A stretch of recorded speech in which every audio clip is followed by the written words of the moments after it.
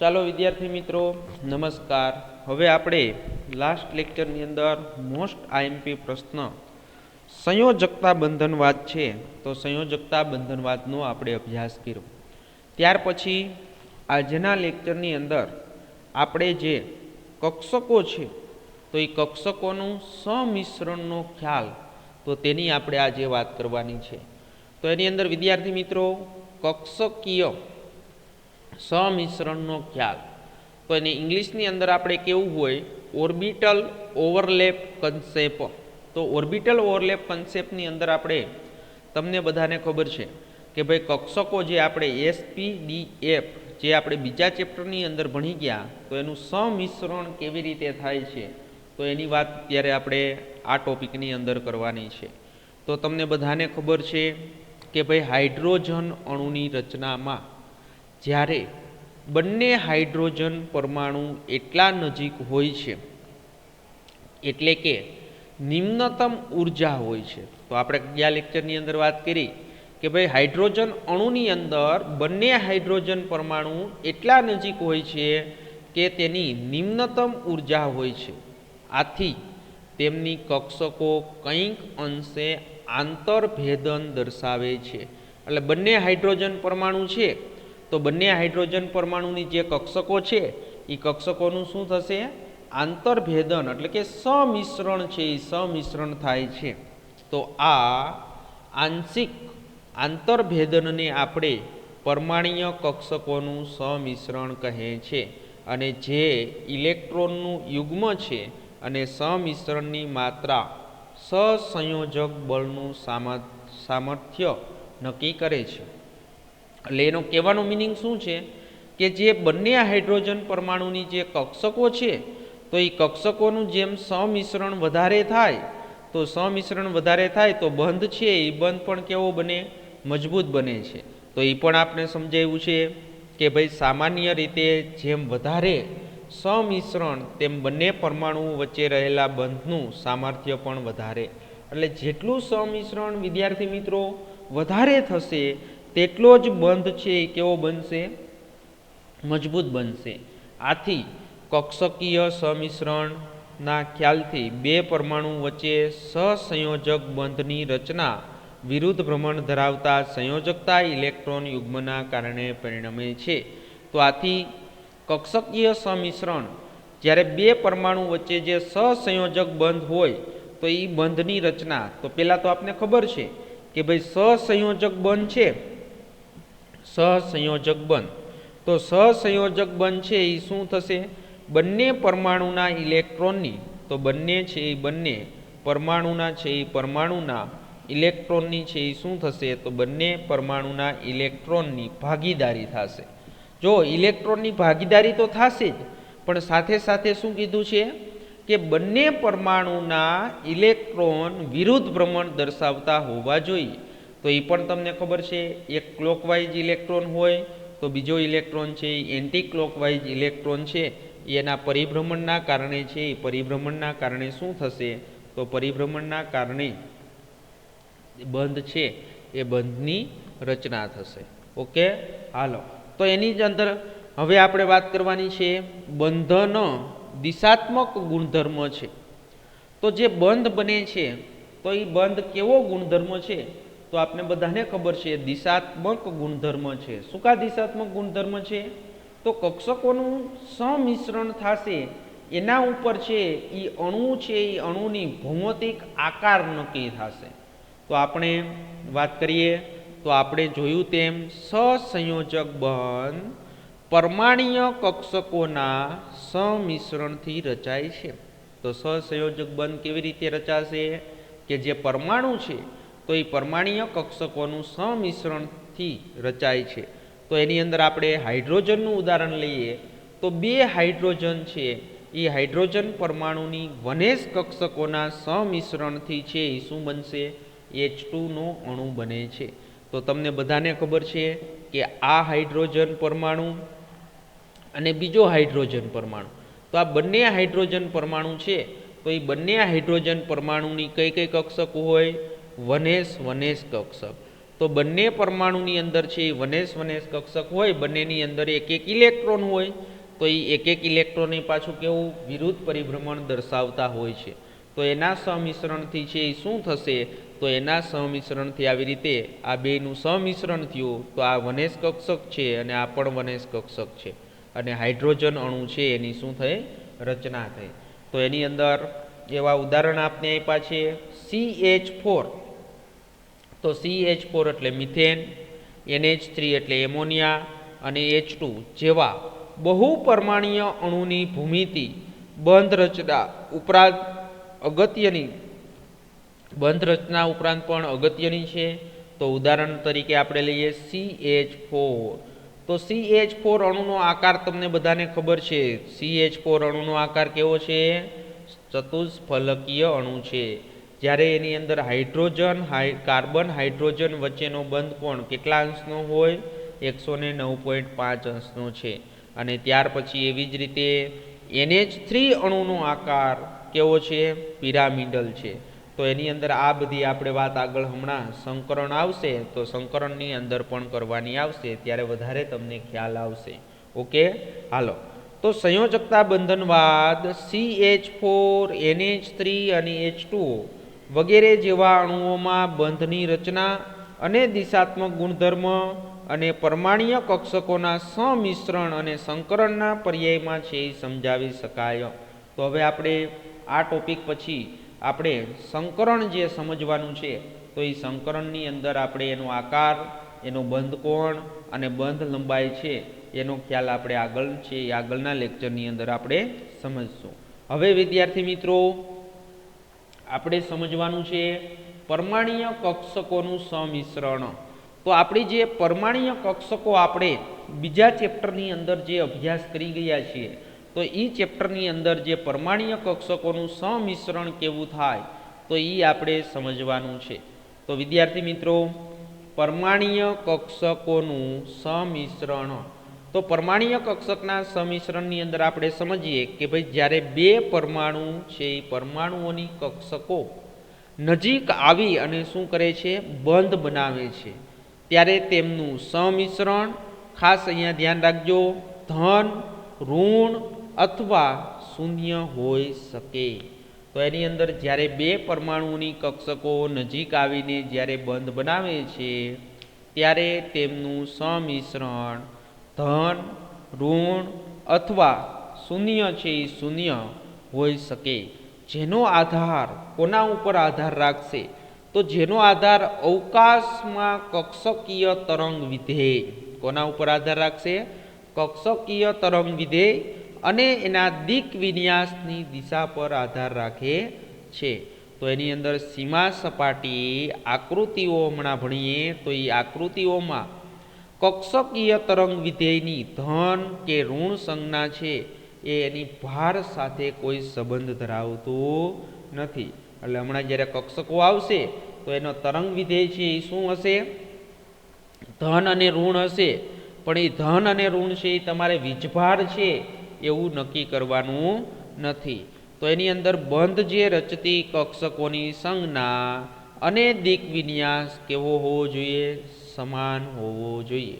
તો એની અંદર બંધ રચતી કક્ષકોની સંજ્ઞા એટલે કે કલા અને એનો દિક વિન્યાસ છે એ સમાન હોવો જોઈએ. અને આને જે મિશ્રણ કહેવાય તો એને મિશ્રણ કયું કહેવાય? ધન સમિશ્રણ કહેવાય છે. તો S અને P કક્ષકો છે, તો S અને P કક્ષકોના જુદા જુદા મિશ્રણ છે એ આપણે આકૃતિની અંદર દર્શાવેલા છે. તો મારે અત્યારે પહેલાં તમને ધન સમિશ્રણની વાત કરવી છે. તો પહેલાં હું તમને ધન સમિશ્રણ સમજાવી દઉં એટલે તમને ઋણ અને શૂન્ય સમિશ્રણ પણ તમને ખ્યાલ આવી જાય. હવે જો આપણે એની અંદર છે એ ધન સમિશ્રણની વાત શું કરી કે ભાઈ કક્ષકો છે તો એ કક્ષકોના સમિશ્રણની અંદર જે તરંગ વિધેયના ચિહ્નો છે તો એ તરંગ વિધેયના ચિહ્નો શું છે? તો એ સમાન હોવા જોઈએ. તો વિદ્યાર્થી મિત્રો હવે જો આ ધન અથવા કલામાં સમિશ્રણ તમે અહીંયા જુઓ છો, આ જે કક્ષક ડ્રો કરેલી છે એ કઈ કક્ષક છે? PZ કક્ષક છે. તો PZ કક્ષકની અંદર જો એક આયા માઇનસ દર્શાવ્યું છે અને એક શું દર્શાવ્યું છે? પ્લસ દર્શાવ્યું છે. માઇનસ અને જે પ્લસ છે એ ખાસ વિદ્યાર્થી મિત્રો એનો વીજભાર નથી, તે તરંગ વિધેયની નિશાની છે. કોની નિશાની છે? તરંગ વિધેયની. એવું નહીં વિચારતા કે ભાઈ ઋણ વીજભાર, એક છેડો ઋણ વીજભાર ધરાવે છે અને એક છેડો ધન વીજભાર ધરાવે છે, એ એનો તરંગ વિધેય છે. એવી જ રીતે આ ગોળાકાર કક્ષક છે, તો ગોળાકાર કક્ષક કઈ હોય? એસ કક્ષક છે. કઈ કક્ષક છે? એસ કક્ષક. તો એસ કક્ષક છે તો અહીંયા એનો કયો વીજભાર આપ્યો છે? ધન વીજભાર.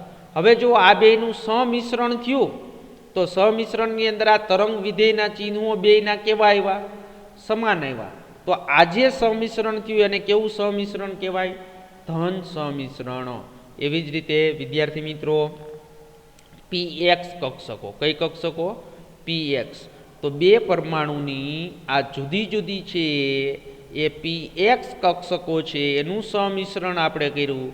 તો એમાં પણ જો તરંગ વિધેયના ચિહ્નો કેવા છે? તો તરંગ વિધેયના ચિહ્નો સમાન, પ્લસ પ્લસ અને માઇનસ માઇનસ, તો એને ધન મિશ્રણ કહેવાય. અને જો તરંગ વિધેયના ચિહ્નો જુદા જુદા હોય તો એને ઋણ મિશ્રણ કહેવાય. શું કહેવાય? ઋણ મિશ્રણ. તો એ પણ આપણે હમણાં વાત કરીએ. ત્યાર પછી તમે આ જોઈ શકો છો પીવાય કક્ષક. કઈ કક્ષક છે? પીવાય કક્ષક. તો પીવાય કક્ષકોનું જે સમિશ્રણ થાય છે તો એ સમિશ્રણની અંદર પણ તમે જોઈ શકો છો કે પ્લસ પ્લસ અને માઇનસ માઇનસ, તો જ્યારે તરંગ વિધેયના ચિહ્નો સમાન હોય તો એને શું કહેવાય? તો એને ધન મિશ્રણ કહેવાય. ઓકે, હાલો હવે ઋણ મિશ્રણ તમને ઓટોમેટિક આવડી જાય. કેમ?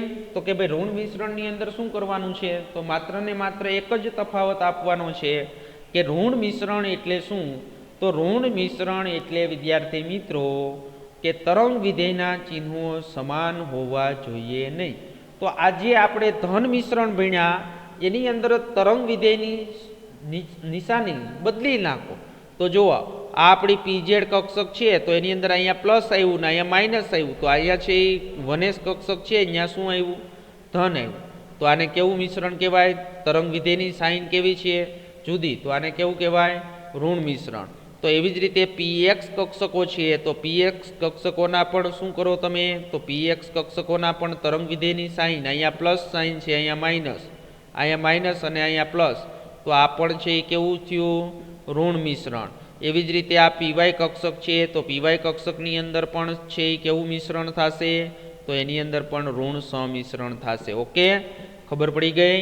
હાલો, તો આ ધન મિશ્રણ અને શૂન્ય ધન મિશ્રણ અને ઋણ મિશ્રણની વાત કરી. અને ત્યાર પછી શૂન્ય મિશ્રણ. તો શૂન્ય મિશ્રણ કોને કહેવું? કે ભાઈ કલાની બહાર, કારણ કે તે દિશાઓને નજીક હોવું, એટલે કે જે કક્ષક હશે અહીંયા એનું આંતરછેદન થશે. જો તો આ કક્ષકોનું જે કેન્દ્ર છે તો આ આપણે કઈ કક્ષક લીધી? પીએક્સ કક્ષક લીધી. તો પીએક્સ કક્ષક અને એસ કક્ષક, તો અહીંયા છે એ શું થયું? અહીંયા કેન્દ્રમાં એનું આંતરછેદન મિશ્રણ થયું, તો આને શૂન્ય મિશ્રણ કહેવાય. તો એવી જ રીતે આપણે અહીંયા પીએક્સ લીધી અને પીવાય લીધી, તો ત્યાં પણ અહીંયા છે એ શું થશે? એના કેન્દ્રમાં સમિશ્રણ થશે, એટલે એને કયું સમિશ્રણ કહેવાય? શૂન્ય સમિશ્રણ. ઓકે વિદ્યાર્થી મિત્રો, તો એની અંદર આપણે 3 પ્રકારના સમિશ્રણ છે. તો એ 3 પ્રકારના સમિશ્રણની વાત કરી. ધન મિશ્રણની તમને વ્યાખ્યા પણ સમજાવી કે જો શું કીધું?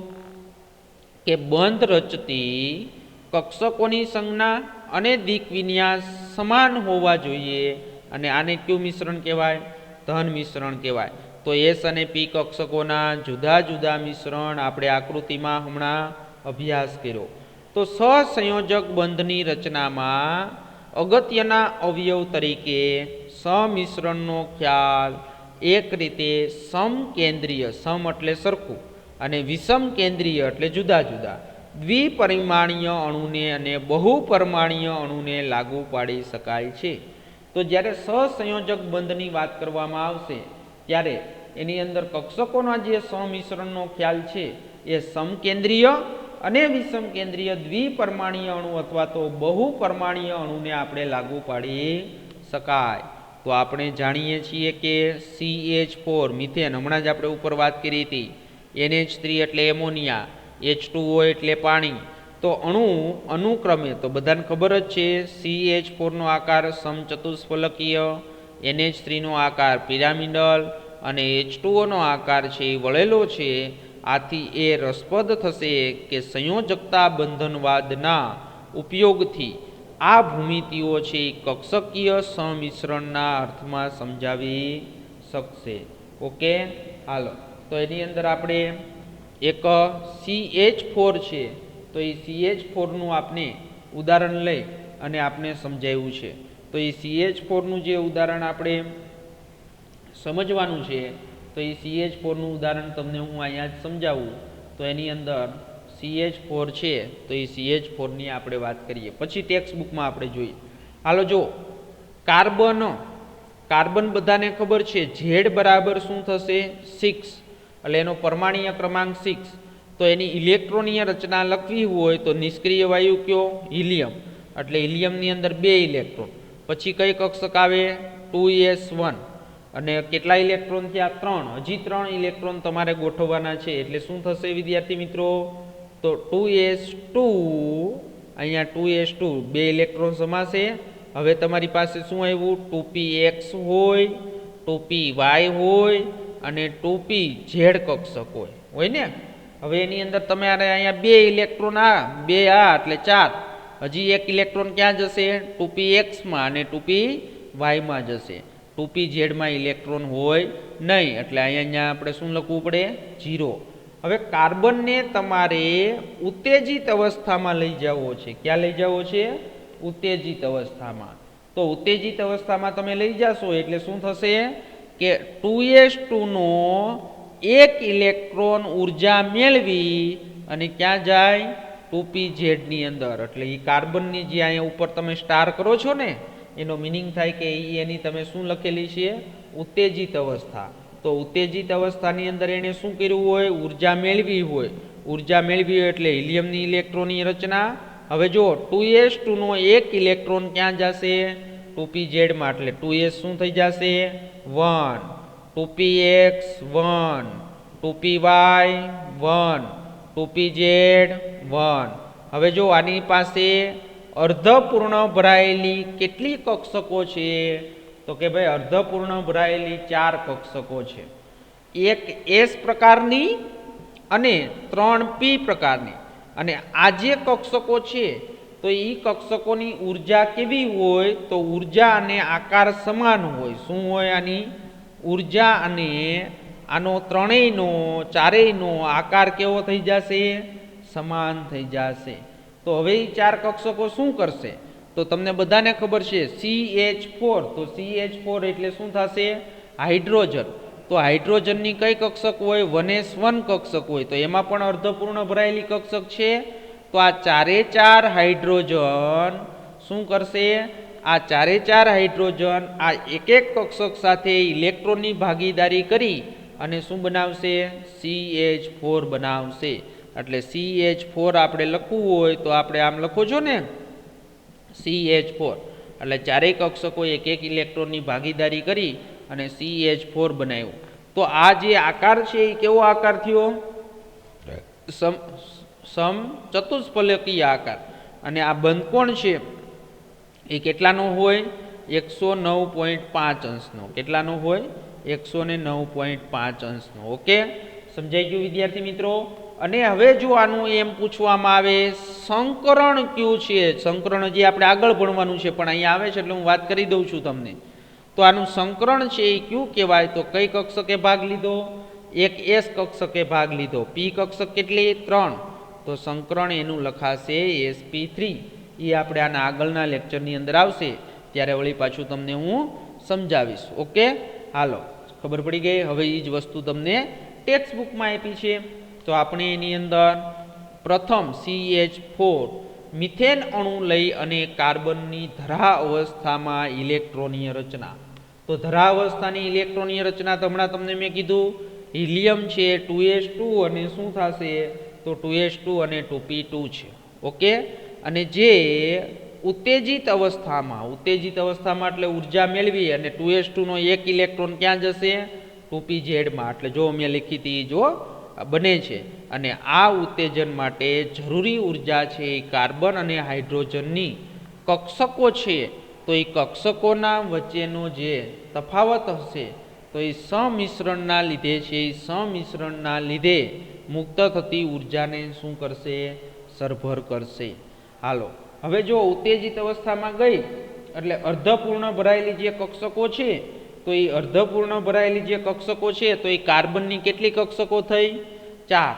તો કાર્બનની 4 પરમાણ્વીય કક્ષકોમાંની દરેક જેની પાસે એક અયુગ્મિત ઇલેક્ટ્રોન છે અને તે 4 હાઇડ્રોજન પરમાણુની વનેશ કક્ષકો જે એક જ ઇલેક્ટ્રોન ભરાયેલી છે તેની સાથે સમિશ્રણ કરશે અને આના પરિણામે 4 કાર્બન અને હાઇડ્રોજન વચ્ચે બંધ રચાશે. અને એ નોંધવામાં આવશે કે કાર્બનની 3 પી કક્ષકો એકબીજાના 90ના ખૂણે હશે. તેથી હાઇડ્રોજન કાર્બન હાઇડ્રોજન ખૂણો 90નો થશે. એટલે કે 3 કાર્બન હાઇડ્રોજન બંધ એકબીજાના કેટલા ખૂણે? 90ના ખૂણે છે. એ 90ના ખૂણે દિક વિન્યાસ દર્શાવે છે. અને કાર્બનની હવે જો કઈ કક્ષક બીજી વિધિ? પી કક્ષક વાત કરી નાખી.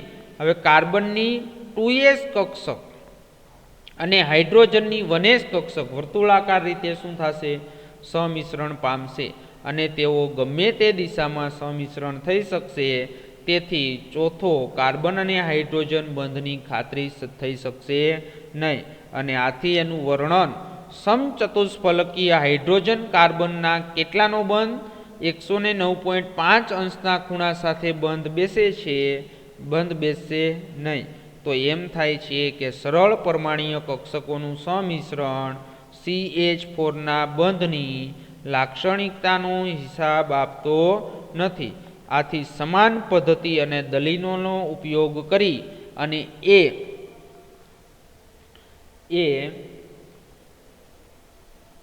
જોઈ શકાશે કે NH3 અને H2O ના અણુઓમાં પણ હાઇડ્રોજન નાઇટ્રોજન હાઇડ્રોજન અને હાઇડ્રોજન ઓક્સિજન હાઇડ્રોજનના ખૂણા છે એ 90ના હોવા જોઈએ.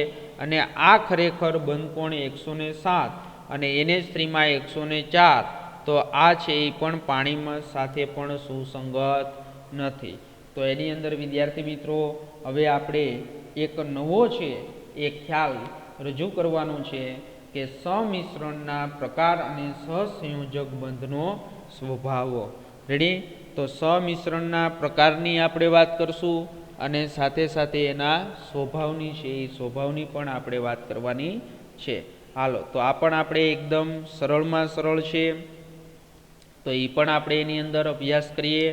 તો એની અંદર આપણે આજના લેક્ચરની અંદર જે આપણે કક્ષકોનું પરમાણ્વીય કક્ષકોનું શું સમજાયું?